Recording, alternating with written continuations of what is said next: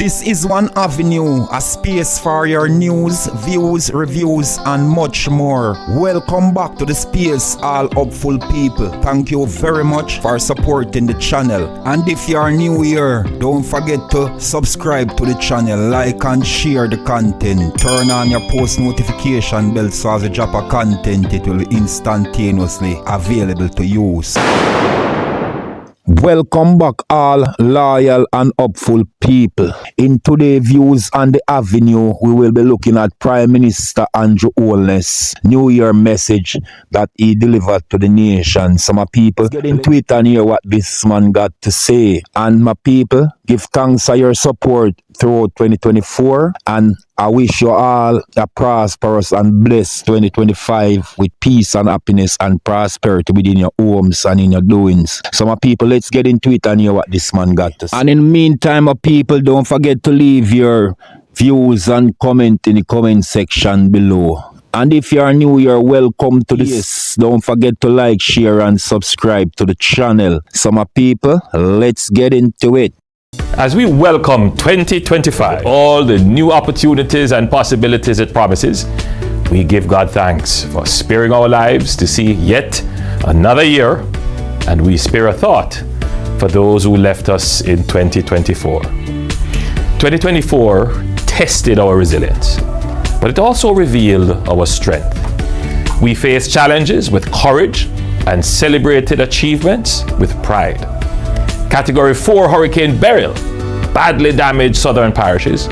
However, we staged the fastest and most comprehensive recovery from a weather event of that magnitude in Jamaica's history. Within weeks of the disaster, your government was able to conduct assessments rapidly and distribute recovery grants of significant amounts. To date, just under 14,000 checks have been delivered to beneficiaries. There is no question that this administration has had to deal with some of the greatest crises and shocks to have impacted the country in the last 100 years. A pandemic. Mr. Holness, you have been many times not to go on any platform and speak about the pandemic, you know. You have no shame in us, sir. And you know why? Look at what you have done to Jamaican people during the pandemic. Look at all what you have done, sir. And every opportunity you get, you go on stage a pandemic. Keep the pandemic out of your mouth, sir. And remember the $700,000 that you charge for mass and all these follies that up. So stop your foolishness and stop talk about the pandemic and stop act as if you were the one responsible for funding the pandemic in Jamaica. The WHO, the World Health Organization, and donors outside, they were the one who sponsor and fund Jamaican pandemic era. And you and your friend collect all those money basically for yourself. 3/4 of the people don't get a dollar out of it. So check that. And don't talk about the pandemic again if you have any shame. Generated crises and associated hurricanes, tropical storms, flooding, and drought. Any truthful observer must admit that we have handled these crises comparatively better than previous governments, and on par, if not better, than governments of peer countries regionally and even globally.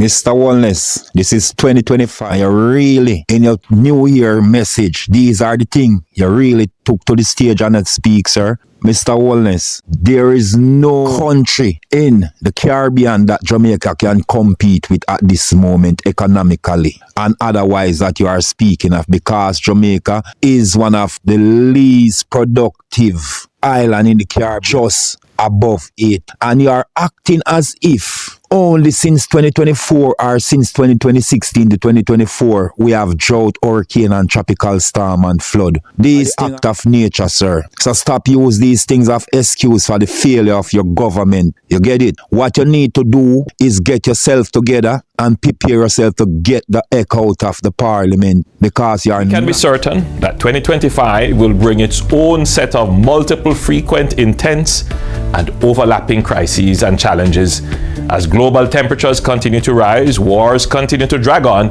and the global order becomes more uncertain.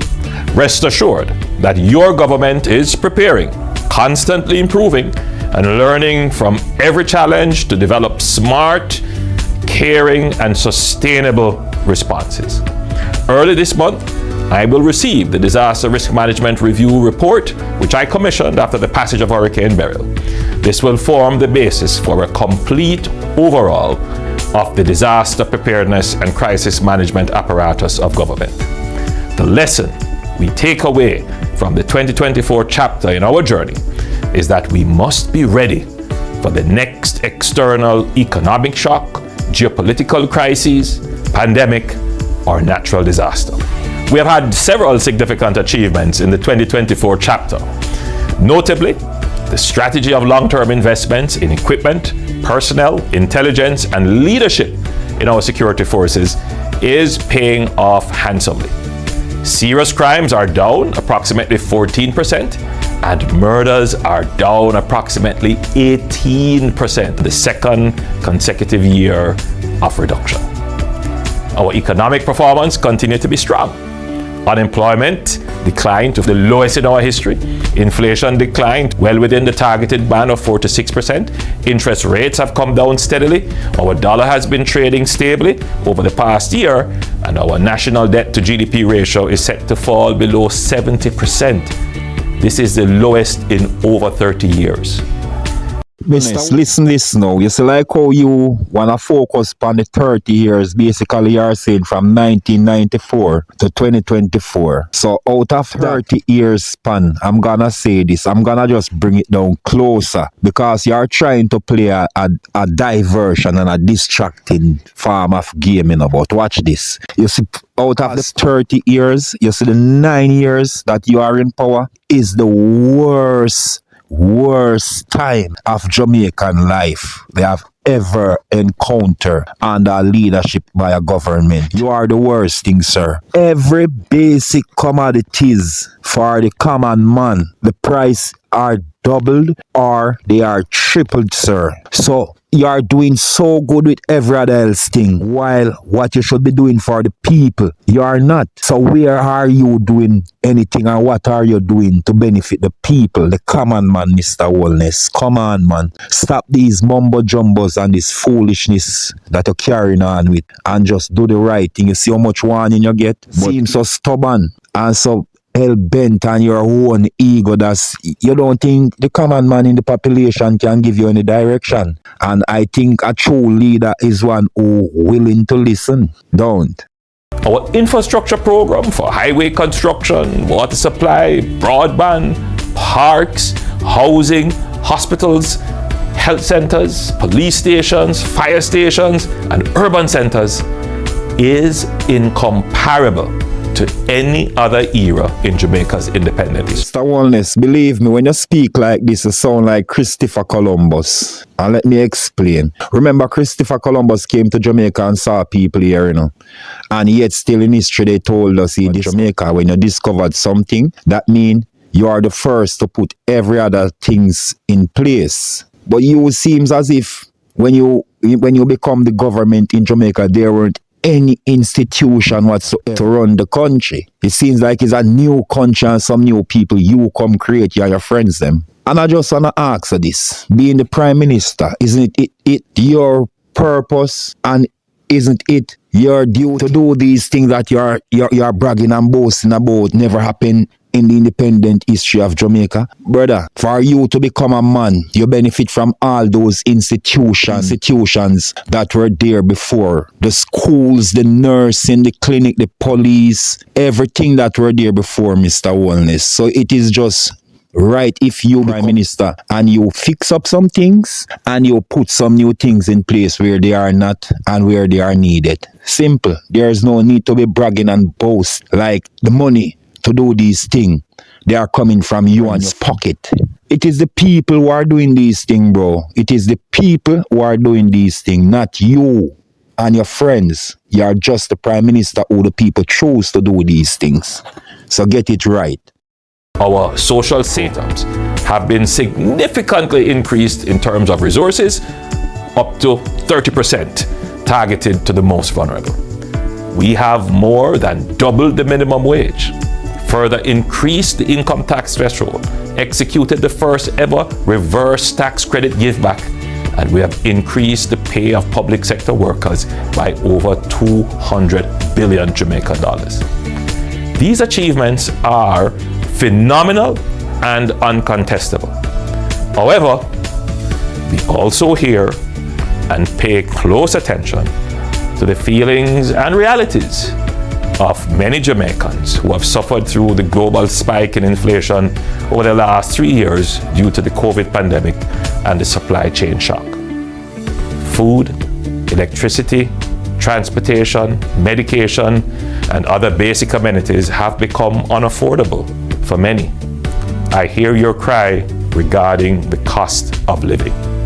Let me start like this, Holness. The 20% return tax that you speak of, if you were going to give it to every Jamaican individually across the island, that would be beneficial. That would be the case. And that increase in minimum wage, it really can't benefit in a time like this when our inflation is so high and basic food items and basic necessities are so high. You get it? So you make an effort, but not good enough. More effort needed. And you see the time now, you're talking about the people's struggle and after the pandemic, the 3 years, and I warn you already, stop speak about pandemic because you have no shame when you call that word in your mouth, Mr. Holness.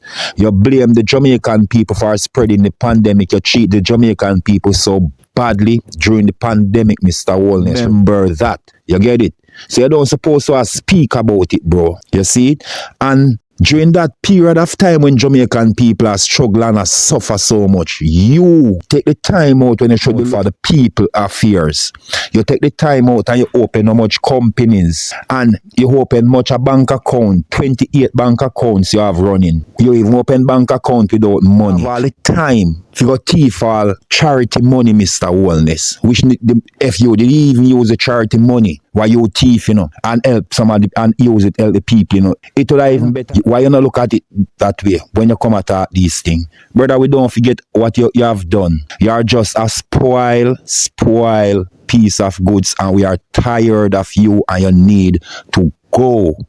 Though the number of Jamaicans employed is at the highest it has ever been, the minimum wage has been increased and wages generally have increased. We understand that wages have been so low for so long that there is still pent-up pressure despite the efforts of the government to create the economic environment where more Jamaicans can have income and inflation is controlled. On the flip side, the economy has created more Jamaicans with income to effectively demand goods, such as cars and housing. The number of vehicles on our roads has almost doubled in the last 8 years to over 500,000. The housing market has not been so responsive to the increasing number of Jamaicans who are seeking housing solutions in the lower income to lower middle income segment of the housing market. Okay, Mr. Prime Minister, you see, before you start, the people, I just got one thing to say to you about that. You see, those housing thing that the people cannot afford in times like these is because you and your friends and you are not using the National Housing Trust to do the things that it was designed to do, sir. You are using it for your personal gain and your personal doings. Honestly, because you are the builder. And basically you take the National Housing Trust and you put it in your office. You are the Minister of the National Housing Trust, Mr. Holness. So if you are building all these private apartments in those extravagant styles, how you think you're gonna benefit or build to benefit the needs of the middle income people and the less fortunate, sir? You are doing nothing to benefit the people, Mr. Holness, but yourself, your friends and your wife and your families. I hear the cry of the hairdresser, the mechanic, the clerks, and factory supervisors who have been contributing to the NHD for years but cannot find a house for the mortgage for which they are qualified. And equally, I hear the cry of the motorists about the damage to their vehicles and the time in traffic due to poor road conditions. I'm just gonna ask you this, Mr. Holness. If you and Nigel Clark weren't lying to the people of Jamaica over the years about the economy and what's going on, and if you and Nigel Clark weren't allowed to yourself to become the puppet of the IMF, then you think Jamaica would be a better place and most of these structures would be in better condition than they are in now? Mr. Holness, honestly, answer this question if you have the time to hear it or whenever time you get to hear it. Because I know the purpose of the IMF. The IMF never designed to help nations like Jamaica. You know that. They were designed to keep us in and keep us in check and keep us underdeveloped, sir. So why are you and Nigel Clark acting as if when Nigel Clark gone to the IMF, he has done he has accomplished such a great goal? We understand what the system is doing and what you are doing, sir. You and Nigel Clark destroyed the economy with the IMF. Just plain and simple. Check the history of the IMF and check what they have done to others and even to Jamaica over the years. Now, it's not just the cost of living that has gone up, but the cost of doing business has also increased. And this is not only because of the impact of inflation.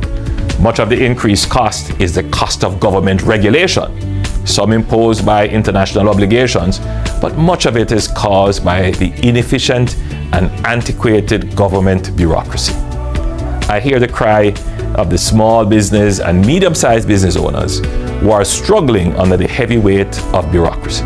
Now, as we close the 2024 chapter, we will build on the successes we have achieved, but more importantly, we will take what we have learned and the challenges expressed by our people and write the next chapter in Jamaica's prosperity story, the 2025 chapter.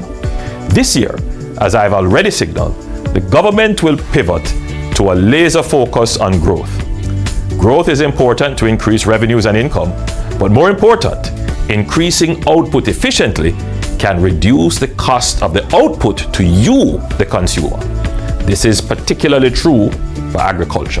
The Minister of Agriculture was tasked last year to develop a plan to boost agricultural production for the most consumed staples and protein in our local food basket. Our potatoes, red peas, onions, cabbage, carrots, tilapia, goat meat, and the like. This will be good for the farmers, you the consumers, and the country as a whole, as we could potentially save foreign exchange on the items we substitute with competitive local output. Your government will invest this year close to Jamaican $1 billion on capital infrastructure in storage facilities across Jamaica for our farmers.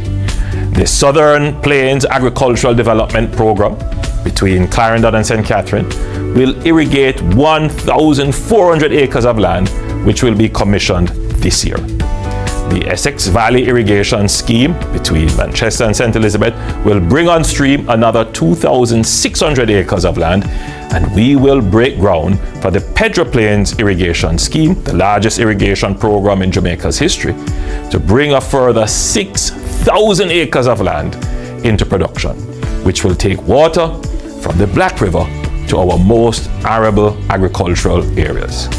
We will also be supporting our farmers with a program of mechanization and technology integration. Growing and building resilience in the agricultural sector is an important strategy for our food security and limiting the impact of food inflation. I've already addressed the measures we will take to give consumers relief on the cost of electricity and water. We're also seeking to build partnerships with India, the largest pharmaceutical manufacturer in the world, to get access to critical medicines at affordable prices. In terms of mitigating the cost of transportation, we're expanding the number of JUTC buses to several urban centers across Jamaica. The latest urban center to benefit from this is Morant Bay. Commuters who can access the expanded service will pay the subsidized fare schedule.